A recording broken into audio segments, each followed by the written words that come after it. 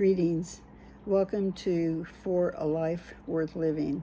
On this channel, we talk about PTSD recovery, not so much from a scientific explanation, but from an experiential way, and describing the creative ways that I found to resolve a lot of my trauma issues. So today, I spent some time trying to draw a picture like, what is it I'm trying to explain, especially when it comes to the self-soothing.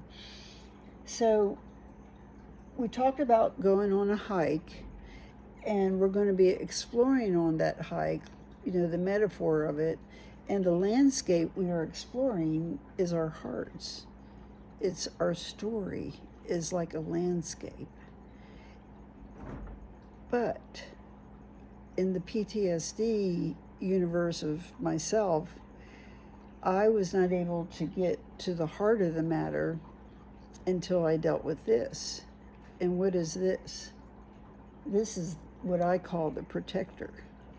And this is the system I had built over years, consciously or unconsciously, to protect myself. And you'll see that I use the colors of a fire because the protector was fueled by rage. So, have you ever felt like maybe you were in a therapist's office or talking to somebody, or you had a bad dream and you were so full of shame, and then it felt like somebody was wailing on you beating you with a baseball bat? I discovered that was the protector inside of me. Some people would say, oh, I hear my mother's voice, or oh, I hear my father's voice and he's beating me with a baseball bat. I certainly understand that part of the programming, but what I found is that the protector was in agreement with those harmful voices. So, and I could not dismantle that part of my PTSD system. So I was like, well, how am I going to get to my heart? How am I going to get to the heart of my story? Because I realized I needed to process the events that happened to me, the incidences, in a way that kept me safe, that were stored in my heart, that kept getting triggered. I mean, the same things were getting triggered over and over again, and I was losing hope, quite frankly. And so I came across a book, and when I find it, I'll show it to you. It's called 50 Ways to Self-Soothe. 50 Ways to Self-Soothe. I'd never heard of that concept before, self-soothe. You mean I can soothe myself? I know as a child in a healthy family, the comfort of a hug and nurturance is soothing. I did not get that, and I sought other ways to self-soothe that were actually very harmful to myself. Got past that, and I had to find healthy ways to self-soothe. So that's what circle writing, I came up with that. And we have to say safe self-soothing that doesn't harm our bodies physically, mentally, spiritually, and emotionally. The squishmallow, the drumming, the sh sound, What I found was the more I practiced these when I didn't need them so much, it's like you practice it until you don't need it. Just like when you're practicing, when you're exercising to get ready for the trip. This morning I was with some friends for breakfast, and we were talking about the exercises we were doing now during the winter when we're more or less housebound to get ready for the summer, because we're planning on going to the mountains. So you see how you have to prepare.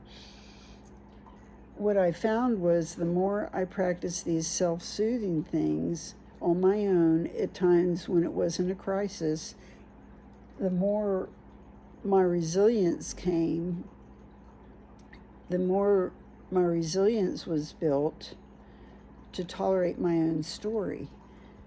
Now that's quite a thought, isn't it, to tolerate my own story? And what I'm saying is to tolerate the triggers. but not just tolerate the triggers, but to work through them in such a way to where it's done and you can move forward and the pain is past. So before I had the self-soothing, I would get triggered and, you know, I couldn't breathe. I'd have anxiety attack. I felt like my heart was racing, you know, and I would just be out of control. And then I would tell them, you know, what's the current danger? I would think it was danger from today when it was actually something triggered a memory from the past. And then the baseball bat protector would just start beating on me with all those old messages telling me to stop, because I, you know, in those traumatic situations, so many times we're told, don't tell anybody, you know. And when I'm triggered, it's like my heart's trying to tell me a story and the protector's going, no, don't tell. And then it becomes an internal conflict, and that's where my anxiety comes from. And I don't even need another person in my proximity for this whole thing to happen. So I just wanted to give you a visual understanding of the purpose of these self-soothing. It's just so important.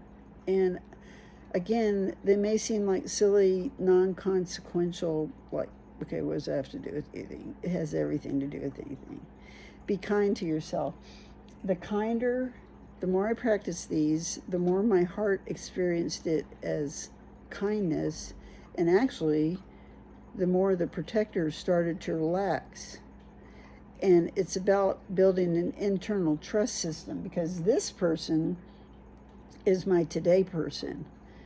And when I was in the throes of PTSD, I had no control over my life whatsoever. I really didn't. I was reacting to everything in bad ways.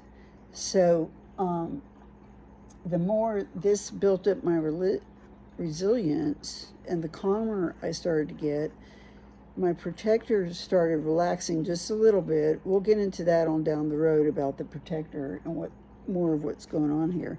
And my today person started getting stronger to where if I felt something startle me, or, you know, I could stop and say, wait a minute, this is today, this is not 40 years ago. I mean, just that one little pause was enough to prevent a crisis. So that's what we're doing, is building up our strength here so that we can deal with our reality today and work through our PTSD stories from the past in a good, safe way to where we can be done with them and move forward. So I hope you benefited from this video, and I invite you to come back to the next one. Have a wonderful day.